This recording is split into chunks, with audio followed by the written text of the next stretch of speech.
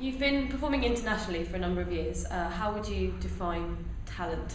I think it's really hard to define talent as such. I mean, obviously, performing internationally, you have to work hard, you have to practice hard. Maybe some people think that that people are prodigies or wunderkinds, but I never think of that. People have said that about me, for example, and I've never really thought of myself like that at all. But I suppose in a way that does come into it to a certain degree.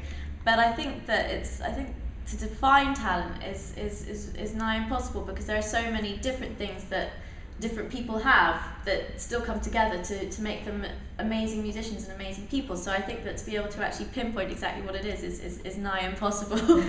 And if you hadn't pursued a career as a musician, is there anything you could see yourself doing, anything you'd like to be doing? Well, I mean, I can't really imagine a life without music and without the violin, but I love singing as well. I'm very interested in politics and that sort of thing, so maybe I would have gone into that, but I can't really, especially now, I really can't imagine a life without music at all.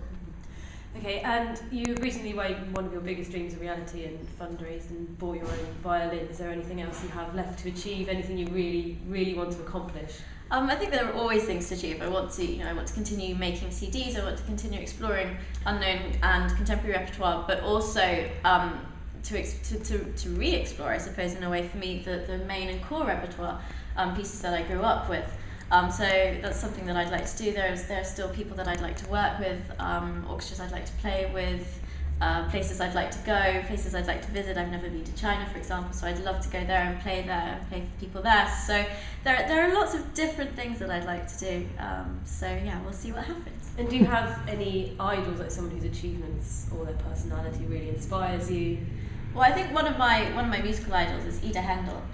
She's truly extraordinary. She plays like a young woman, so fresh and so vibrant, and she's an extraordinary personality, a wonderful personality. She's very, very warm, and she's just fantastic. So I think she would have to be my idol. She's an amazing musician, an amazing person. I've learnt a lot from playing her, from playing with her and playing to her and meeting her. So. And you say that you associate particular colours with different works and concerti.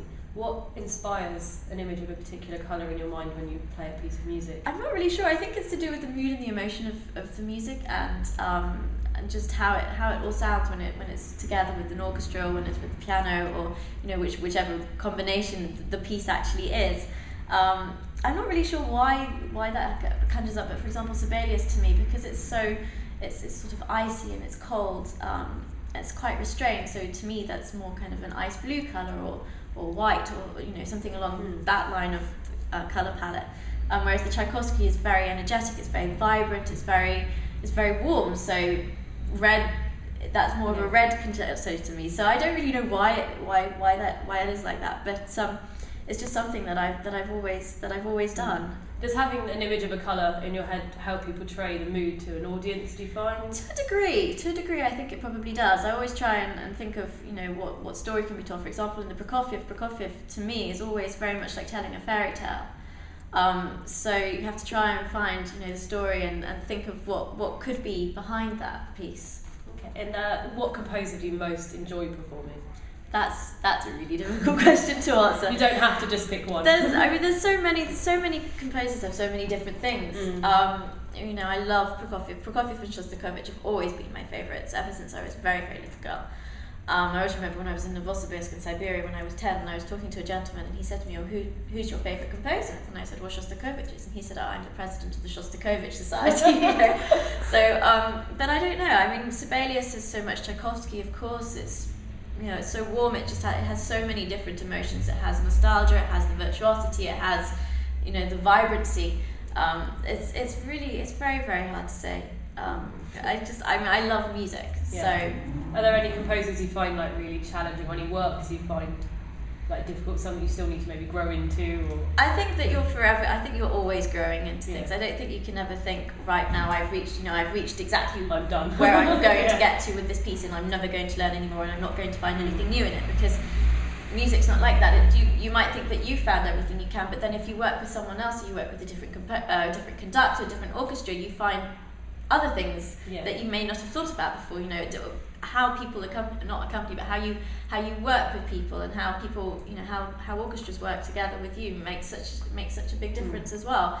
So you might think, oh, you know, maybe I'll do this way, and then someone in the orchestra or conductor will do something completely different, and you think, wow, why didn't I think of that? So, but you're forever learning. I think music is one of those great things where you never stop learning.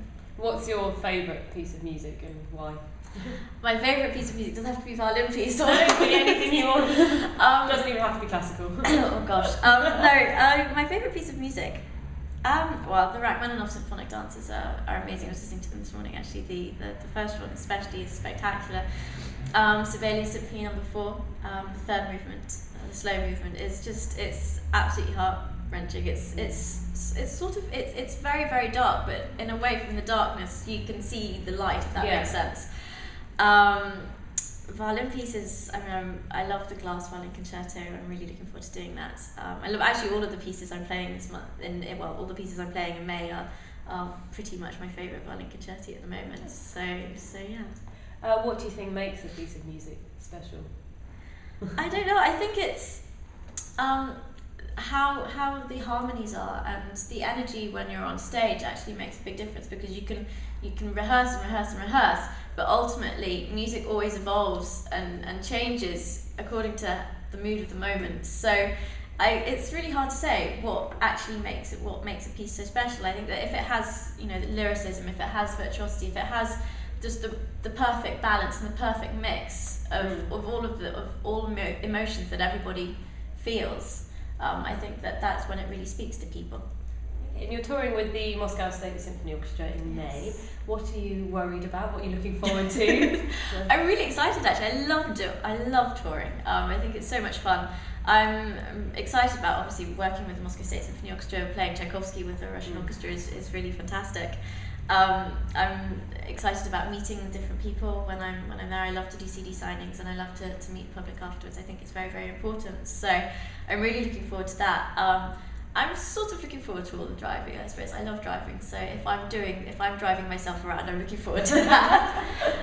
In terms of worries, I don't think I really, at the moment anyway, I haven't got any worries. I haven't got around to thinking about what I might be worried about yet. Do you get stage fright or anything?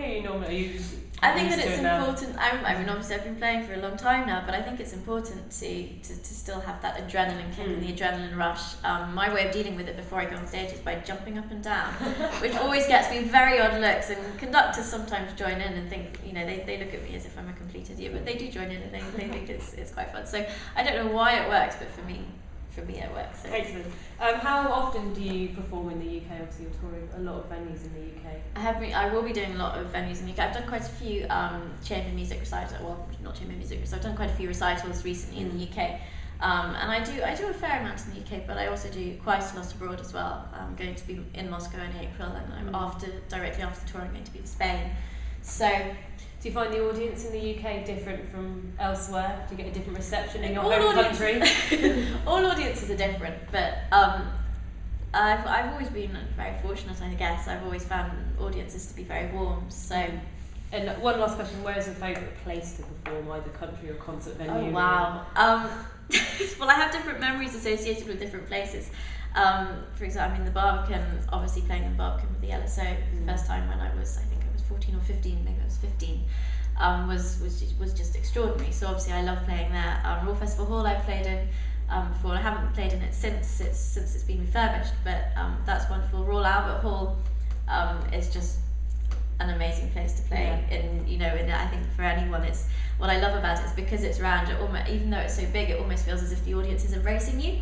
So it's a lovely, warm, very, very friendly feeling, I suppose. There and where else? The Gasteig in Munich is a wonderful place. It's where I played with Maris Janssens and the Bavarian Radio Symphony Orchestra a few years ago. So that was a wonderful experience for me. It was really fantastic. So there's all places though. I love playing everywhere. So thank you very much.